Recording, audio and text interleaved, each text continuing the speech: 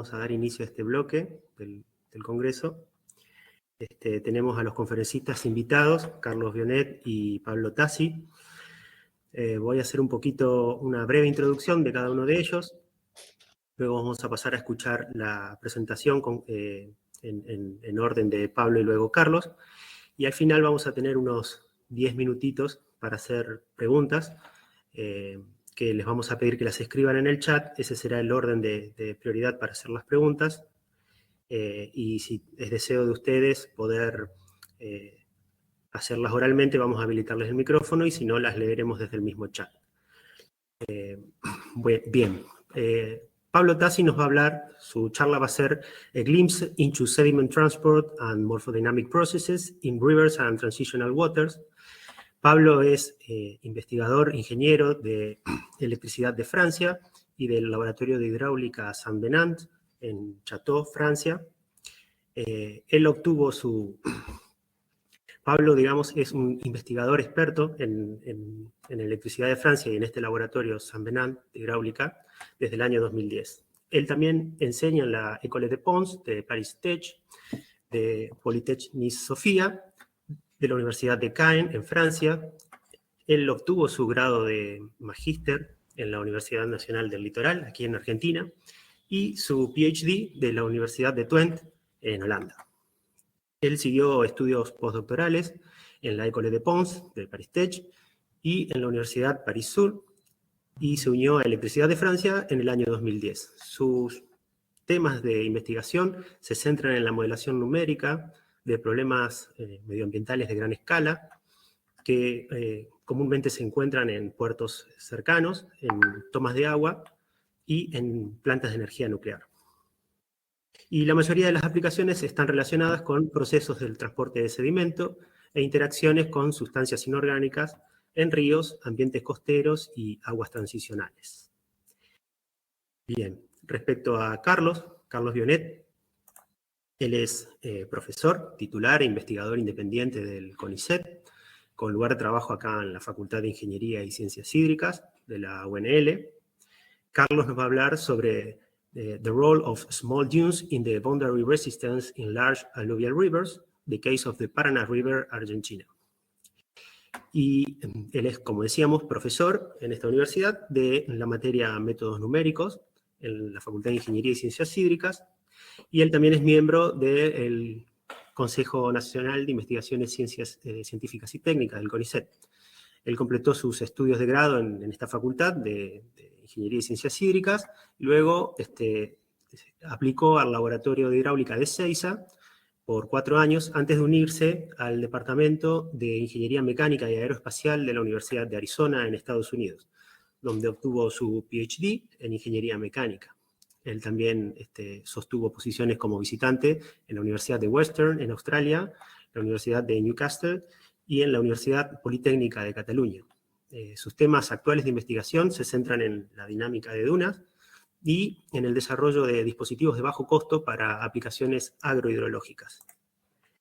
Bien, entonces daremos inicio a este momento de estas exposiciones y, como decíamos, vamos a escucharlos ininterrumpidamente y al final dejaremos unos 10 minutos para hacer sus preguntas en el chat y que ellos puedan responder. Bueno, muchas gracias, le damos la bienvenida y Pablo, si querés comenzar, es todo tuyo. Silenciamos los micrófonos, por favor. Perfecto, bueno, muchas gracias. Creo que la gran parte del auditorio es en español, así que voy a intentar darla en español. Disculpen si mezclo los idiomas, la había preparado en inglés y se me va el francés también por ahí, mil disculpas. Bueno, comienzo yo la charla. Con Carlos explicamos un poco el título porque en realidad decidimos agrupar las dos charlas y vamos a presentarles un poco la morfodinámica de estructuras a la pequeña y a la gran escala en ríos aluviales. Así que voy a empezar yo la presentación y luego es Carlos que va a continuar.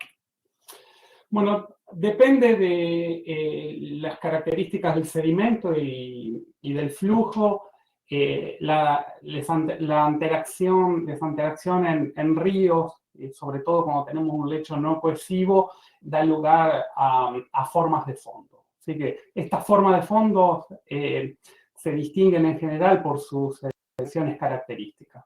Por ejemplo, tenemos los que son los rizos, las escalas más pequeñas y que escalan con el tamaño del sedimento. Después a la macro scale tenemos las dunas, con la escala característica de la profundidad del agua.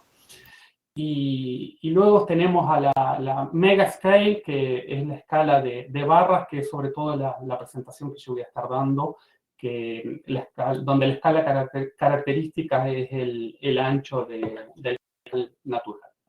Entonces, estos modos de interacción que se presentan no solo están relacionados con las características del transporte de sedimentos, sino también con los mecanismos de resistencia al flujo que Carlos va a presentarles más tarde. Entonces, típicamente en un río encontramos un poco estas formas de fondo a la escala más grande, por ejemplo las barras, después tenemos las dunas y los ripples a las escalas más pequeñas. Entonces, ¿qué son las barras? Las barras son depósitos de sedimento que los encontramos un poco en todo tipo de ríos aluviales, que en general cuando hay flujos a alturas hidrométricas bajas se presentan y son características. Por ejemplo, y sí, acá les muestro unas fotos en el río Isère, en el sur de Francia, y acá una imagen de satélite, así que este tipo de representación ilustra cómo estas formas de fondo se representan. Y en particular la escala característica, el wavelength de las barras, está relacionado con el ancho del canal y la amplitud con la profundidad del río. Entonces, conocer y comprender cómo funcionan estas estructuras es importante, sobre todo para abordar, por ejemplo, los problemas de dragage, sobre todo en las tomas de agua, cuando hay canales navegables. También tienen un impacto muy importante en los ecosistemas, por ejemplo, sobre las características biológicas, la renaturalización de ríos, etc. Y si no, también son importantes de un punto de vista de erosión de ríos. Por ejemplo, las obras de protección están sumamente influenciadas por este tipo de comportamiento. Entonces, una clasificación se basa sobre todo de cómo se producen estas formas de fondo. Tenemos por un lado los aspectos ligados al forzage y al forcing, y de otro lado tenemos las inestabilidades morfodinámicas. Y esto da lugar un poco a la clasificación de tres tipos de barras que encontramos.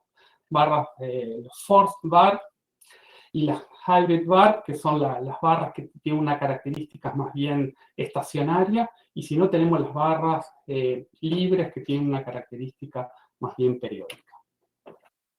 Las forced bars son la característica principal, como lo vemos en este meandro, son de barras que van a estar formadas o motorizadas por la presencia de un mecanismo de forzage que puede tener un origen para acción del hombre, digamos, o origen natural para la forma, por ejemplo.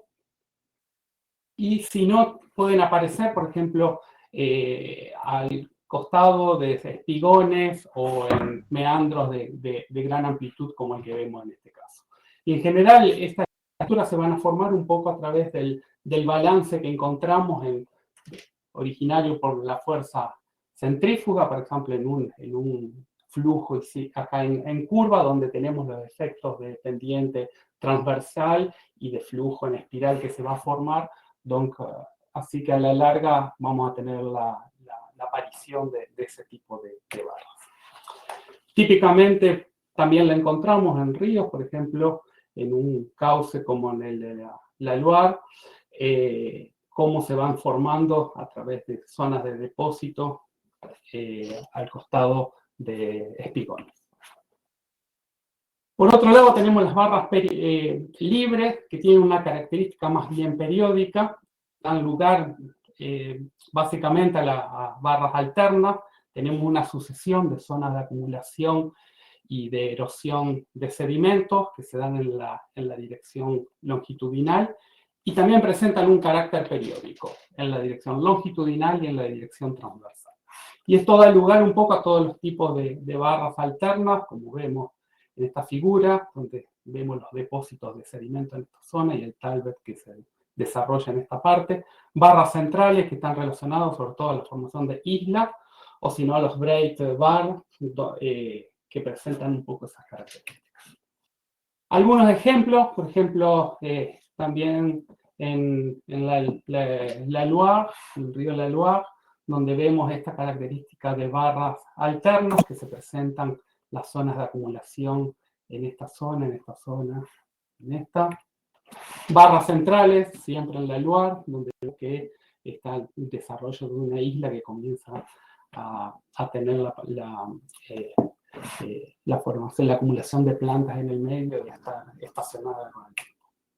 Y las barras, después tenemos las barras híbridas, son de barras que un poco comparten las características de barras forced y las barras, las free bars, las barras móviles, que se desarrollan generalmente detrás de una barra forced y después presentan ciertas características principales. Por ejemplo, ici, en l'ISEP vemos cómo la presencia de la curva da lugar a la aparición de barras forzadas y que después permite el desarrollo de estas barras híbridas que se dan luego. Y acá en la Loire lo vemos también, cómo a través del las barras forced van a motorizar un poco la aparición de barras híbridas un poco más abajo. Entonces, ¿por qué es que estas barras se forman? Bueno, hacia fines de los años 60 hubo trabajos experimentales que estuvieron, teóricos que estuvieron abordando este sujeto, este tema, y esencialmente derivan de una inestabilidad de fondo. Entonces, lo que vemos es la aparición de perturbaciones de un lecho que no cohesivo, que va a dar lugar a la aparición de esta forma.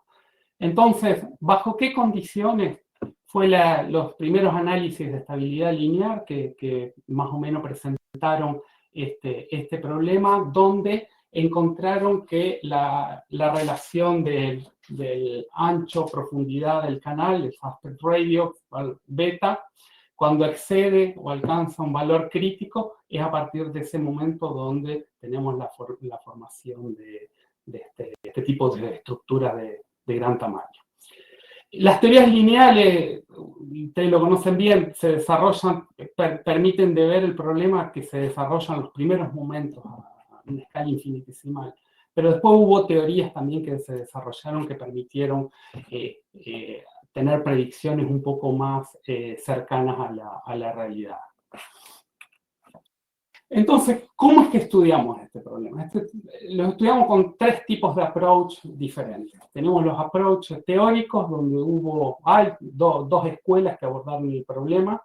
La escuela italiana, digamos, de Génova, que se focalizaron sobre todo en las barras libres a través de la inestabilidad de barras en un canal infinitamente largo, donde este tipo de análisis permitió de analizar, de estudiar las tendencias iniciales que se representan por perturbaciones periódicas del lecho.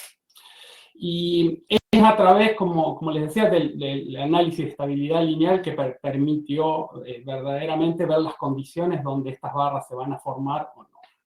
Entonces, básicamente, sobre la base de las ecuaciones estacionarias de continuidad, de momentum, de transporte de sedimento y la ecuación de Effner, dependiente del tiempo, esta escuela desarrolló un poco toda la teoría lineal a través de donde gráficos de este tipo permitieron determinar las zonas de estabilidad o de inestabilidad que van a mostrar un poco la orientación si las barras se van a formar o no.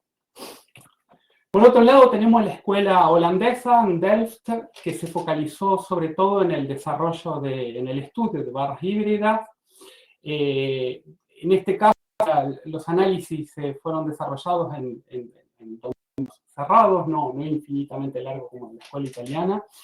Y básicamente ellos, con las técnicas que propusieron, esencialmente los trabajos de Alessandra Grossato, de Eric Mosselman, permitieron obtener modos de formación de barras. Quiere decir que a través de ciertas particularidades, características del flujo y del transporte de sedimento, permiten ver un poco si la tendencia que voy a tener en mi río, en mi canal, a formar barras alternas o barras centrales, o características de tipo break. El otro tipo de approach es que lo desarrollamos también en el laboratorio donde yo estoy, son las experiencias de laboratorio, en canales. Por ejemplo, esta es una parte del río Isère, donde, como pueden ver, muestra, ilustra un poco el tipo de análisis que podemos hacer con este tipo sobre la base de configuración, ¿no? Así que sobre la base de un canal, sedimento no cohesivo, a través de tipos de flujo podemos estudiar y ver la aparición de este tipo de estructura y después aplicarlas al prototipo. Y el tercer tipo de approach es un poco lo que les voy a mostrar, algunos resultados que sacamos con mis estudiantes. Florian Cordier terminó su tesis hace 2 años, son los resultados algunos resultados que él obtuvo.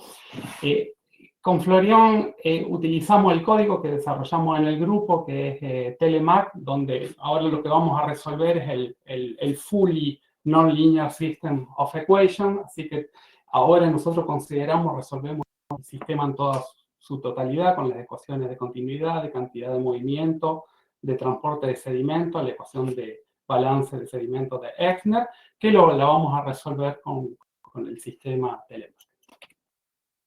Entonces, algunos ejemplos, por ejemplo, de barras libres. Comenzamos tratando de reproducir las experiencias que había propuesto Stefano Lanzoni en Holanda en el año 2000. Entonces, lo que obtenemos es un poco ese pattern de barras que se van formando y que continúan hasta un cierto momento crecer y luego se estabiliza.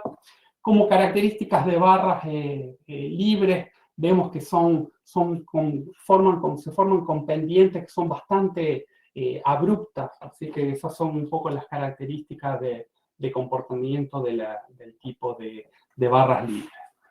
Como trabajamos también con modelos con distribución granulométrica que no es homogénea, pudimos apreciar que los sedimentos más gruesos se concentran en el top, en la parte superior de las barras, y los sedimentos un poco más finos están en la parte de erosión de este tipo de estructura. Luego, agregamos un poco de complejidad al problema, agregando una perturbación, acá un pequeño espigón, así que pudimos ver un poco las transformaciones que van desde la formación de forced bar hasta la formación de barras híbridas que se desarrollan en esta parte del dominio, y luego la formación de barras libres en la parte exterior final de nuestra configuración. Analizamos también un poco el comportamiento de las barras híbridas. Vemos que ahora las características, la topología cambia un poco. Son barras que son un poco más largas, aproximadamente 2 veces el largo de las barras libres, y la acumulación de sedimentos finos y gruesos es diferente de las barras libres. Entonces, eso muestra un poco la particularidad de cada tipo de estructura. Luego, en la parte final de la tesis de Florian, nos concentramos en un caso real, en la Loire. Acá les muestra el mapa de Francia, en el sitio de estudio, Bremont se llama. Acá está París, aproximadamente a 250 kilómetros de París, donde Así que aprovechamos que en este sector hubo campañas que fueron hechas con una cantidad bastante interesante de información, y vimos un poco, estudiamos los modelos numéricos, cómo este tipo de barras se desarrollaba. Entonces lo que hicimos fue, esencialmente, hicimos pasar un hidrograma, características, acá está el flujo en metros cúbicos por segundo, con este hidrograma variable. Entonces comparamos las medidas que habían estado conectadas con los cálculos numéricos que realizamos. Entonces lo que pudimos apreciar que el modelo pudo capturar no solo la formación de estas estructuras especiales, sino también un poco capturar cómo con respecto al estado hidrológico del río, de la Loire, íbamos cambiando de configuración. Por ejemplo, con un estado con aproximadamente 840 metros cúbicos por segundo, teníamos una configuración de barras de tipo alterna.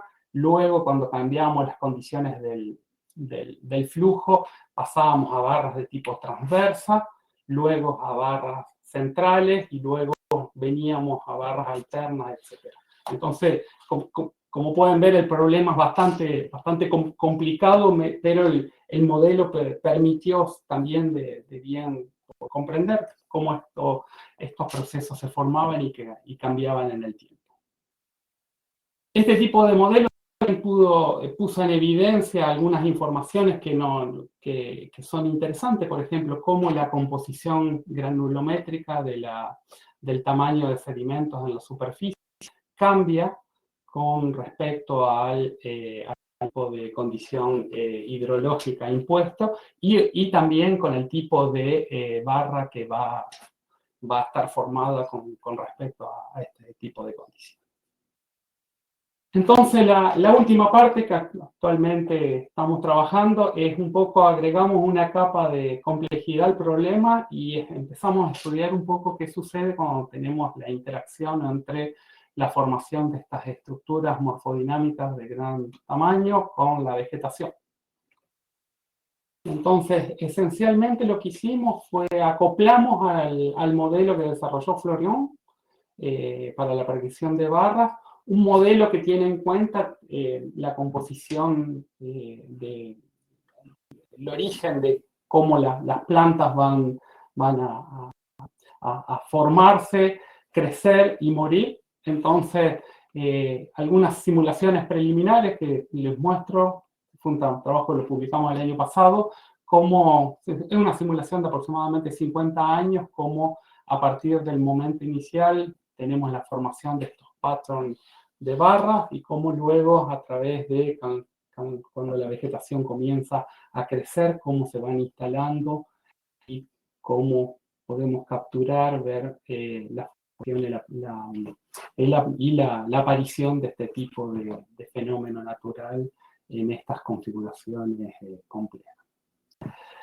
Bueno, dejo mi lugar ahora a Carlos, que puede continuar con su presentación. Yo voy a interrumpir mi presentación.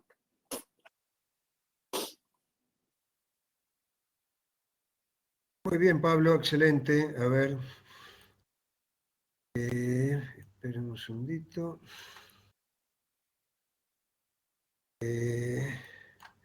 Excelente, Pablo. No sé si se ve ahí mi pantalla. Bueno, yo voy a continuar entonces.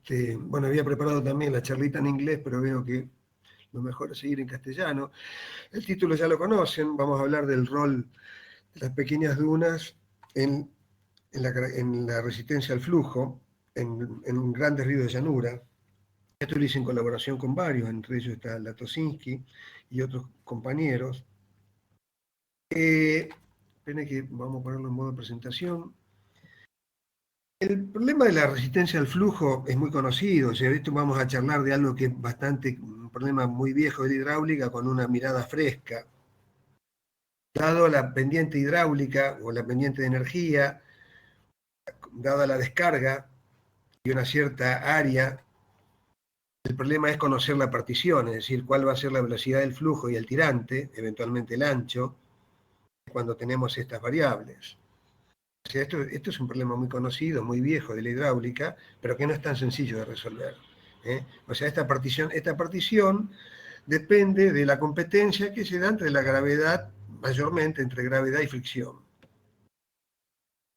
¿Por qué es importante conocer la resistencia al flujo? Bueno, entre otras cosas, un poco muchos de los resultados que mostró Pablo dependen en gran medida de cuán bien uno cuantifica la resistencia hidráulica por estimación para estimación de crecida, es decir, siempre nos va a importar en ingeniería cuán alto va a llegar la crecida y cuán fuerte va a ser la crecida, es decir, cuánto caudal, bueno, en particular cuán alta va a ser la crecida para restauración de sistemas ecológicos, restauración ecológica, diseño de ingeniería, etcétera, etcétera. En particular queremos tener una predicción sencilla, una manera sencilla de predecir la resistencia en base a parámetros o variables hidráulicas fácilmente medibles. Y la predicción puede ser hecha relativamente sencilla en base a un cociente, a un ratio, acá un cociente, que es de estas dos criaturas, acá estos dos parámetros, que es una altura de rugosidad aparente sobre el tirante hidráulico. Algo ya les mostró Pablo, esto es un gráfico extraído a mí me gusta mucho este gráfico, de Dietrich and Witting, que es a su vez del libro de Gary Parker e Ikeda de River Meandering, un libro del año 89, pero como ustedes ven, también Pablo les mostró mucho de esto, hay resistencia a nivel de grano, resistencia a nivel de transporte de carga de fondo, resistencia a nivel de formas del lecho. La charla mía va a ser mayormente concentrada en esto, resistencia por presencia de barras, un poco la charla de Pablo, resistencia a nivel de lo que sería de plan form, ¿no es cierto? Es decir, ya cuando estamos hablando de meandros o características más importantes. Y también podemos tener otro tipo de resistencia cuando estamos en presencia de obstáculos, como puede ser la pila de un puente. Es decir, esto es un problema por supuesto, muy conocido por los ingenieros, por los científicos, es decir, nada nuevo. Obviamente estamos hablando de una vasta variedad de escalas temporales y espaciales. O sea, esto ha sido estudiado a lo largo de décadas por numerosos investigadores e ingenieros, pero sin embargo nosotros vamos a tratar de darle una mirada un poquito novedosa a este viejo problema. Esto es un repaso de cosas básicas de la mecánica de fluidos. Conocemos que cuando hay una fuerza de arrastre actuando sobre un cuerpo, la podemos descomponer entre resistencia de piel y resistencia de forma. Resistencia de forma y resistencia de piel. Sobre todo, vamos a recordar que a altos números de Reynolds, el arrastre sobre un cuerpo hidrodinámicamente bien diseñado, como puede ser el cuerpo de un delfín o un submarino, un tiburón, va a ser mayormente resistencia de piel. Ahora, si tenemos un cuerpo plano, como cuando uno saca la mano y la pone en forma frontal a través de cuando un auto en movimiento y la saca la mano por la ventanilla, vamos a tener separación detrás de nuestra mano y la resistencia que le estamos oponiendo es mayormente de forma, porque hay separación detrás de ese objeto. ¿Esto por qué es importante? Por esto. Ahora, ¿esto por qué lo estamos trayendo a colación? Esto es sacado de un ebook de Gary Parker, porque esto hasta ahora era el pensamiento clásico de lo que ocurría con la resistencia debido a presencia de formas de fondo en el lecho. Un pensamiento clásico, un picture, un classical thinking, que era dominante hasta hace poco, porque cuando las dunas no estaban presentes, toda la resistencia sobre el lecho era de piel, ¿no es cierto? Fuerzas tangenciales arrastrando partículas de sedimento a lo largo, es decir, sería este tipo de situación, ¿no es cierto? Ahora, cuando las dunas están presentes, parte del arrastre es por resistencia de forma, porque vamos a tener eventualmente una separación, una burbuja de separación atrás. Otra vez, esto era el pensamiento tradicional. Resulta que esto es lo que se observaba en laboratorios mayormente, ¿no? En canales, en flume, en canales de laboratorios. Ahora, estas dos situaciones son un poquito idealizadas, pero son correctas, son conceptualmente correctas, vamos a tener una situación donde ya les voy a dar en un minuto cuál es el normal flow, o sea, el flujo normal, que es un flujo de equilibrio.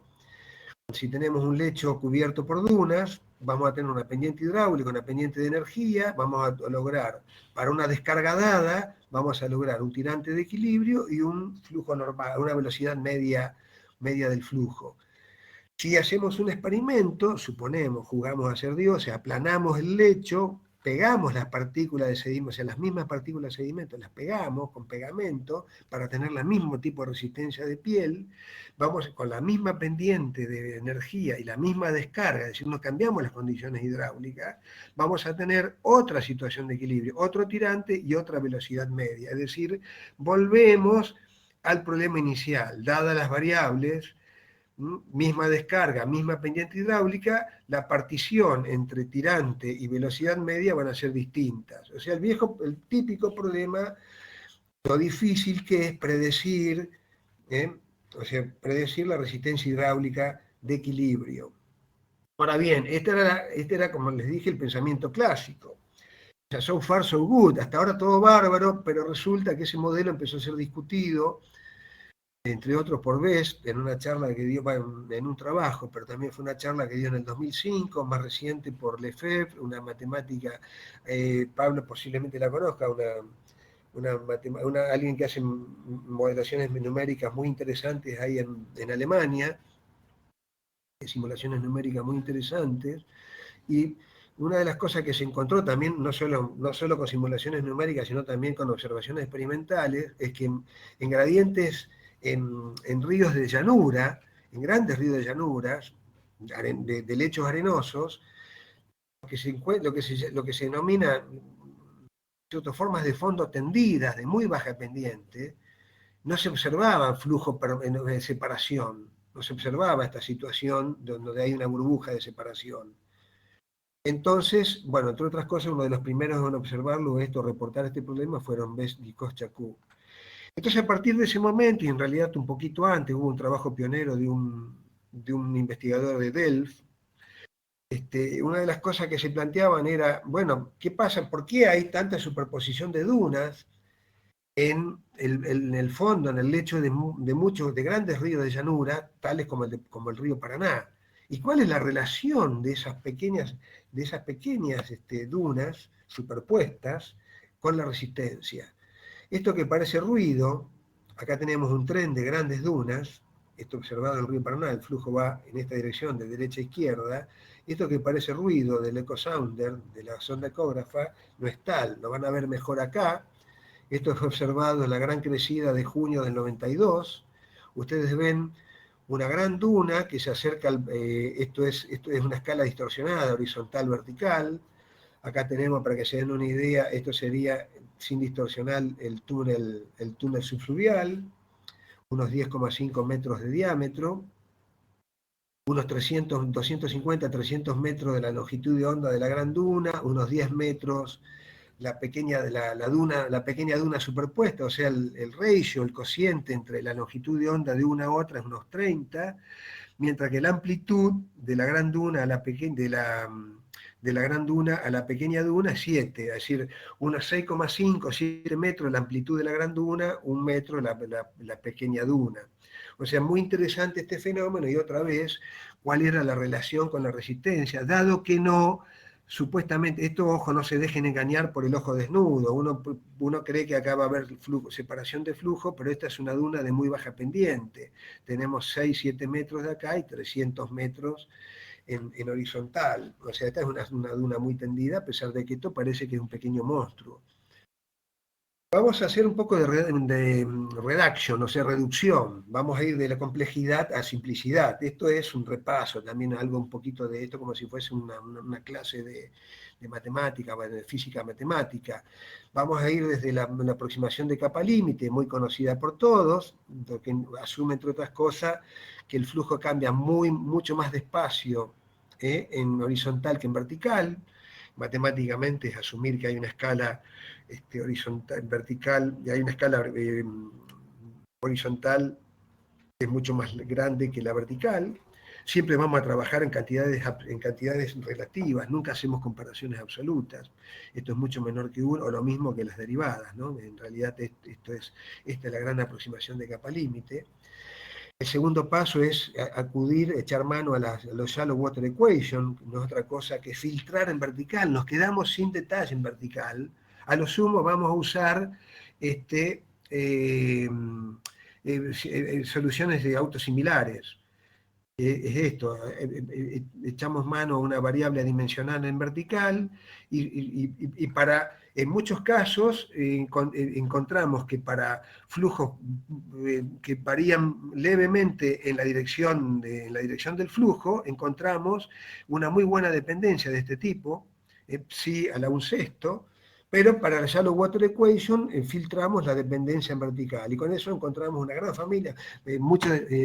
Si yo no me equivoco, los resultados fantásticos que mostró Pablo son de shallow water equation, ¿no? Me pareció que no eran 3D. Después Pablo, eso es una pregunta para Pablo. Y tercera aproximación, también para Pablo, que era la aproximación de Exner. Si tenemos el ratio, el cociente de la descarga sólida a la descarga líquida es mucho menor que 1, el flujo lo podemos aproximar como fijo, es decir, steady sería independiente del tiempo, mientras que el hecho evoluciona. Y terminamos con este set de ecuaciones, no tengo tiempo para explicarle qué es cada uno de las variables, pero acá las dos de importancia son el shear stress, o sea, la tensión de corte en el lecho, y el transporte total de sedimentos, ¿no? Y vamos a ir un pasito más, porque queremos ir, a mí me gusta cuando, acuérdense, si es simple y bueno, 2 veces bueno, acuérdense de ese dicho. Si podemos despreciar, no es despreciar, una cosa es despreciar y otra considerar que es negligible, es decir, que es, si podemos considerar que la inercia es negligible, o sea, terminamos con lo que se llama el flujo normal, que no es otra cosa que una competencia entre gravedad y fricción. En términos adimensionales, esta ecuación tiene una elegancia matemática que es insuperable. En términos del cuadrado del Fruit, tenemos la competencia, ven, entre fricción y gravedad, que se expresa entre la pendiente de fricción y el coeficiente adimensional de fricción. Y nos dicen, esto es genial porque nos dice que un incremento entre la pendiente de fricción tiende a acelerar el flujo, mientras que un incremento en el coeficiente de fricción tiene el efecto opuesto. No minoricen, la belleza o el mensaje que oculta esta ecuación. Bueno, entonces tenemos el coeficiente dimensional. Bueno, esto sería el coeficiente dimensional de resistencia del lecho, o también el coeficiente dimensional de Chessy, tarea pendiente para el Telemac, que tiene dos expresiones que tienen gran fundamento teórico, un poquito empírico, pero es teórico. Esto es de Keuligan, que no es otra cosa que la integración, esto es el depth average, o sea, es promediado en la vertical de la ley de la pared, o sea, esto también viene de una gran familia de wall similarity technique, o sea, de técnicas de similitud de pared, o sea, wall bounded flows, lo que se llaman en inglés, y mientras que después del paper de Gioia y Bombardelli en Physical Review Letter, esto tiene también un gran fundamento técnico, científico, esta aproximación. O sea, tenemos dos leyes con grounded, bien con sólidas bases científicas. Entonces tenemos, por supuesto, KS, que sería la altura de rugosidad. Tenemos, para el caso del lecho plano, es proporcional a la altura, al grano del sedimento, y en el caso de que tenemos dunas, o sea, un bed cover, tenemos dunas, es proporcional a la altura de la duna. Esto después de Van Rijn en 1993. Bueno, otra vez, gracias a que los grandes ríos de llanuras, la pendiente de la duna es suave, ¿no es cierto?, podemos otra vez invocar esta hipótesis de que va a haber una muy baja variación en la dirección de la corriente de las propiedades medias del flujo. Entonces otra vez podemos decir, bueno, con suerte todos estos resultados que vienen de las técnicas de wall similarity, o sea, de las autosimilares, van a funcionar, ¿no? Recordemos todo lo que viene de ahí, y resulta que en realidad es lo que ocurre. Fíjense este resultado, que es fantástico. Acá tenemos las dos leyes, las de Keuligan y las de Manning-Strickler, y tenemos un montón, tenemos cientos, si no miles de resultados compilados por Gilbert, un geomorfólogo, un geólogo, un genio. Este era un geólogo que se recorrió a Estados Unidos, creo que a pie, en 1900, y compiló este paper, que es un US Geological Survey, un paper del USGS de 1914, y esto lo trajo, lo revivió un tesista de Caltech en el 81, Brownlee. O sea, estos datos están disponibles, y miren qué bien que ajustan estas dos leyes de resistencia. Ahora resulta que entonces nosotros dijimos, bueno, comparemos, tomemos dos ríos muy diferentes y vamos a ver qué pasa con la resistencia hidráulica, con lechos con duna, y sobre todo si tenemos pequeñas dunas superpuestas. Entonces tomamos el río Tercero en Córdoba, que es un río muy pequeño, donde tenemos arenas gruesas, y tenemos el Paraná, que ya lo conocemos, que es uno de los grandes ríos de llanuras. No se preocupen por esto, porque es muy sencillo computar esto. Esto es un fixed point, es una iteración de puntos fijos, es un root finding problem, o sea, es encontrar una raíz. Esto lo damos en tercer año en ingeniería. Es muy sencillo resolver esta ecuación. Cuando vamos entonces, pues los datos son de muy buena calidad, o sea, los tomamos, ahí ven, acá esto era un comandado desde el puente, acá no, acá teníamos que ir navegando con bueno, esto lo hizo Lato, bueno, Mario Ambler, pero los chicos tomaron datos de excelente calidad con una IDCP. Ustedes ven que tuvimos shape similarity, o sea, similitud geométrica. Es difícil saber a quién pertenece cada duna. Acá sí hay un poco de ruido. Estos no son pequeñas dunas, estos ruidos del echo sound, o sea, de la sonda ecógrafa. No hay similitud en velocidad, y eso ya se sabe, un resultado bastante conocido. O sea, no hay una función universal que sea independiente de la coordenada longitudinal, en la dirección de la corriente. El flujo va de izquierda a derecha, perdón, de derecha a izquierda, pero sí también podemos asumir que hay una pequeña variación en la dirección de la corriente en las propiedades medias, y ustedes lo pueden ver. O sea, no tenemos una autosimilitud completa. Entonces, esto otra vez podemos decir, bueno, ¿qué pasa? ¿Qué pasa con esto? A ver, bueno, resulta que lo que pasó fue fantástico, porque ustedes ven que el río Tercero cae acá, no se ve muy bien, échenle la culpa al Lato, al moderador, pero no se ve muy bien, pero están acá los datos, y el Paraná cae por acá. O sea, ajustan excelente, tanto Keuligan como Manning-Strickler están ahí atrás, y los datos experimentales están genial. Pero lo que es aún mucho más importante es esto, este es el gráfico relevante. Hay un orden de magnitud que separan los dos ríos. Acá se ven, bueno, esto es relativo, pero acá lo importante es esto, acá están tanto los KS, o sea, la altura de rugosidad aparente, tanto teórica como observada en un experimento. Para el Paraná, el dato de rugosidad escala con la pequeña duna, no esto, sino en los momentos de la observación, con la pequeña duna, mientras que para el río Tercero escala con la gran duna. O sea que hay un mundo de diferencia. Conclusiones.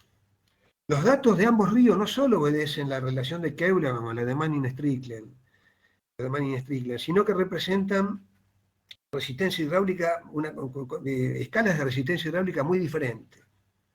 Hay un orden de magnitud, ¿no es cierto? Un orden de magnitud que separan ambas escalas de rugosidad relativa en ambos ríos.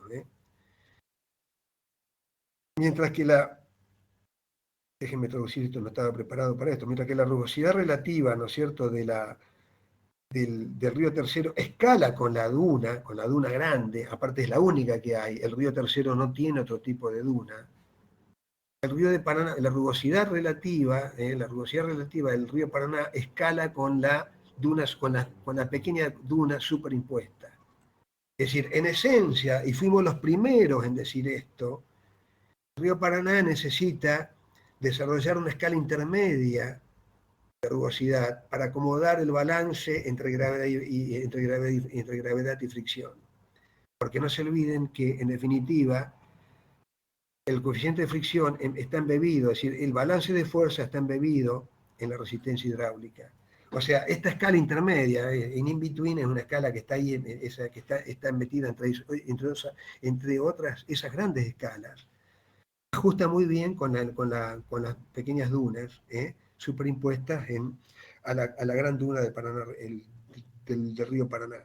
Por supuesto que resta saber si esto es casualidad. Y yo creo que es tanto trabajo para nosotros como para otros, para saber si ocurre lo mismo en otros grandes ríos de llanura del mundo, para ver si este patrón de resistencia se repite, ¿no? Si se mantiene, o en realidad esto explota. Bueno, fin de la historia, gente. Gracias.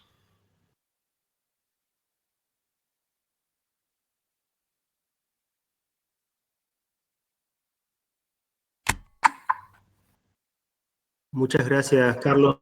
Muchas gracias, Pablo, por sus brillantes exposiciones. Quisiéramos ahora habilitar la instancia de preguntas, si es que hay alguna pregunta en la sala. Hay manos levantadas. Vamos a pedir que escriban en el chat, esa es la prioridad para realizar las preguntas, así podemos tener un seguimiento, un registro. Diego Campana y Ezequiel han levantado la mano, dice, si pueden escribir las preguntas en el chat. ¿Qué tal? Buen día. No está habilitado el chat, o por lo menos yo no lo veo habilitado para las preguntas. Ah, ok. Por eso levanté la mano. Abajo sí. Porque ahora, perdón, estaba inhabilitado y a partir de ahora está habilitado. Si quieren esbozar ahí, fíjate si podés. No, todavía no puedo, no aparece habilitado.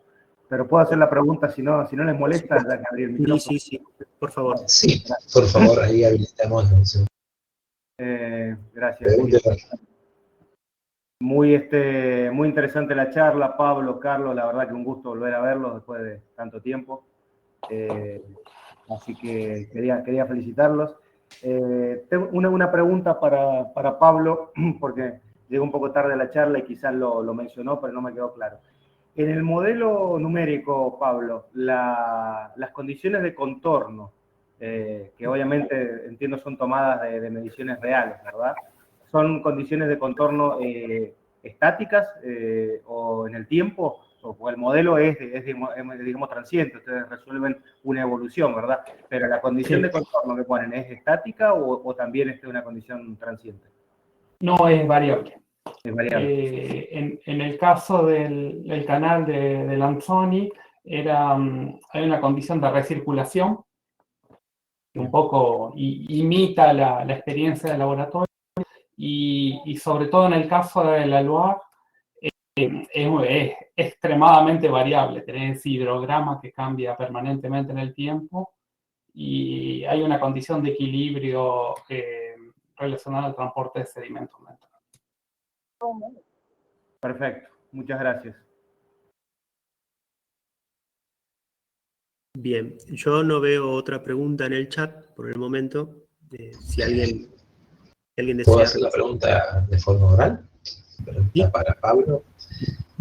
A mí me resultó de interés, como iba rápida la charla, saber cómo hacían, cómo incluían la vegetación en la simulación. Es decir, si modificaban los parámetros de las propiedades de los sedimentos o se agrega como algo aparte.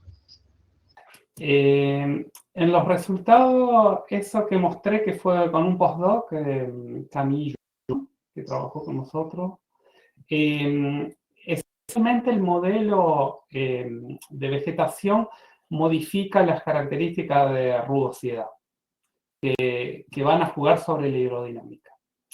Pero ahora con una tesista, Giaver, que termina el año que viene, exactamente dentro de un año, mejoramos el modelo porque ahora sí agregamos la influencia de la vegetación en el transporte de sedimentos. La aproximación fue propuesta por Armani y la estamos comparando con experiencia de laboratorio que hicieron en Delft, de Andrés Vargas Luna, que también trabaja un poco con nosotros, y los resultados son excelentes. Bueno, muchas gracias Pablo, muchas gracias Carlos, muy bien las charlas. Bien, gracias. Tenemos una pregunta de Pablo Rabasoli. No sé si Pablo deseas realizarla vos oralmente o la leemos. Hola, muchas gracias por la charla. No, le quería preguntar a Carlos, porque él mencionó que estuvieron midiendo sobre el río Paraná y sobre el río Tercero. Digo, en estas condiciones, por ahí de estos últimos años de una baja extrema del río Paraná, digo, es un caso de shallow water en un experimento a gran escala que no sé cuántas veces se puede reproducir. Pero si están recolectando datos en este momento, o lo han hecho para una vez que uno tiene los datos, después los puede estudiar cuando quiera, pero no sé cuándo se va a volver a repetir una situación por ahí, como la que tenemos hoy en día. Mirá, sí, yo sé que yo trabajo en grupo, ¿no es cierto? Bueno, mira, justo Latoszinski también forma parte del grupo, han estado, Lato sabe más que yo de esto, pero los chicos han estado yendo, no sé ahora últimamente, Lato, ¿tenés más información? Sé que han estado yendo. Sí, estamos, bueno, estuvo todo el contexto de pandemia y estuvo bastante complicado, ¿no? Pero justamente este año comenzamos a medir en bajante, en la zona donde estuvo mostrando Carlos ahí, aguas abajo del túnel subfluvial. Se empezaron a hacer registros mensuales para tener una base de datos sistemática, digamos, justamente de las formas de fondo. Cómo ahora, a partir de que, esperemos, venga la onda de crecida, ir registrando mes a mes cómo son las dunas, digamos. Así que, sí, como se puede, se están realizando registros. No en todas las secciones del Paraná, pero en las zonas más cercanas, que serían aguas abajo del túnel, sí, se está empezando a medir. Muchas gracias. Bien. Tenemos una pregunta de Diego Campana para Carlos, pero Diego, te pediría si, dado que ya has hecho una pregunta, si le damos pie a Alejandro González, que tiene otra pregunta. Sí, adelante, adelante para Alejandro. Alejandro, si quieres realizarla. Sí, si no, la leemos. Sí, la pregunta se relaciona con que mayormente los modelos teóricos que se mencionaron de Génova y de Delft eran modelos estacionarios. Mi pregunta está, digamos, ¿cómo se afectan estos acercamientos cuando uno tiene crecidas y bajantes con distintas separaciones temporales y cómo eso puede afectar la formación o desaparición de los bancos o bars que se mencionaron en el trabajo? Es cierto. Los modelos, esos que yo mostré son... no podés tener en cuenta el efecto de crecidas y bajantes extremas. Pero, el año pasado, no, este año, vi un paper no me acuerdo el nombre del primer autor, porque es un estudiante de Tubino. No me acuerdo el journal, yo hice la review, pero no me acuerdo ahora. Y ellos proponen una aproximación teórica que tiene en cuenta precisamente la dinámica de crecida. Así que buscalo, no sé, en ResearchGate, Tubino y la publicación, la última quizás que sacó ahora en el 2021. Bien. Gracias. Diego, si querés ahora realizar tu pregunta, dado que no hay otra en el chat para Carlos. Gracias, Francisco.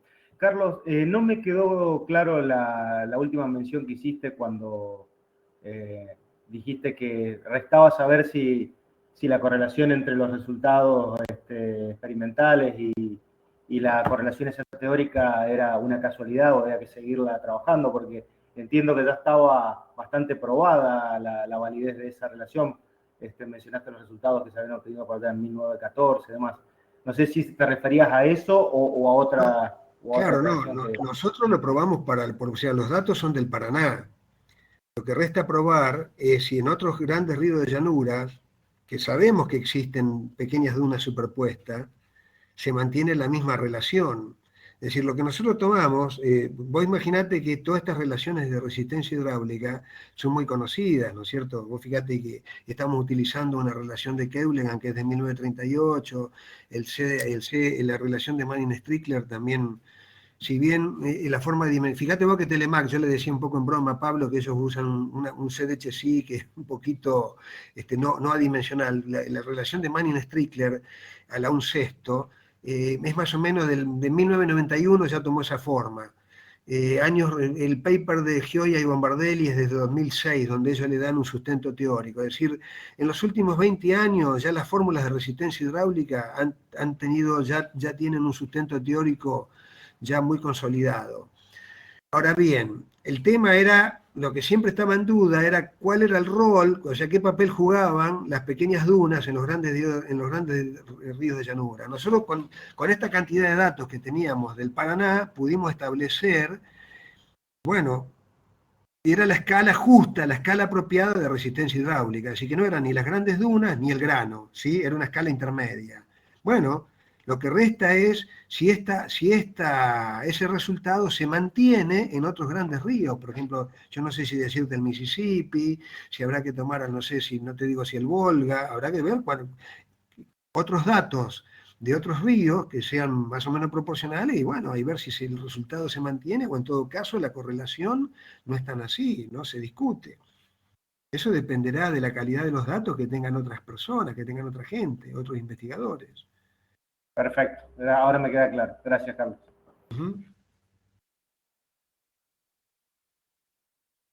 Bien.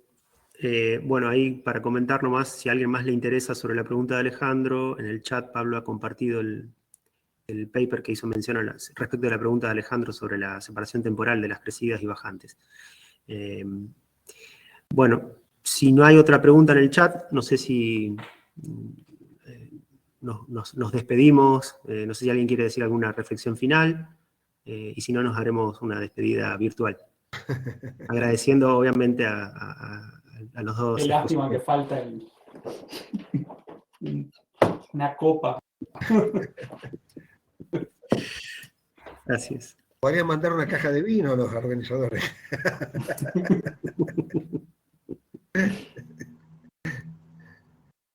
Bueno, Lato, un saludo a todos entonces. Bueno, muchas gracias. Muchas gracias a los dos. Gracias. Saludo a la gente, a los oyentes también. Gracias a todos. Bueno, muchas gracias Pablo, muchas gracias Carlos y Francisco. Y bueno, les recordamos que a las 10:20 seguimos con la sesión de póster y los invitamos a que si se quieren unir.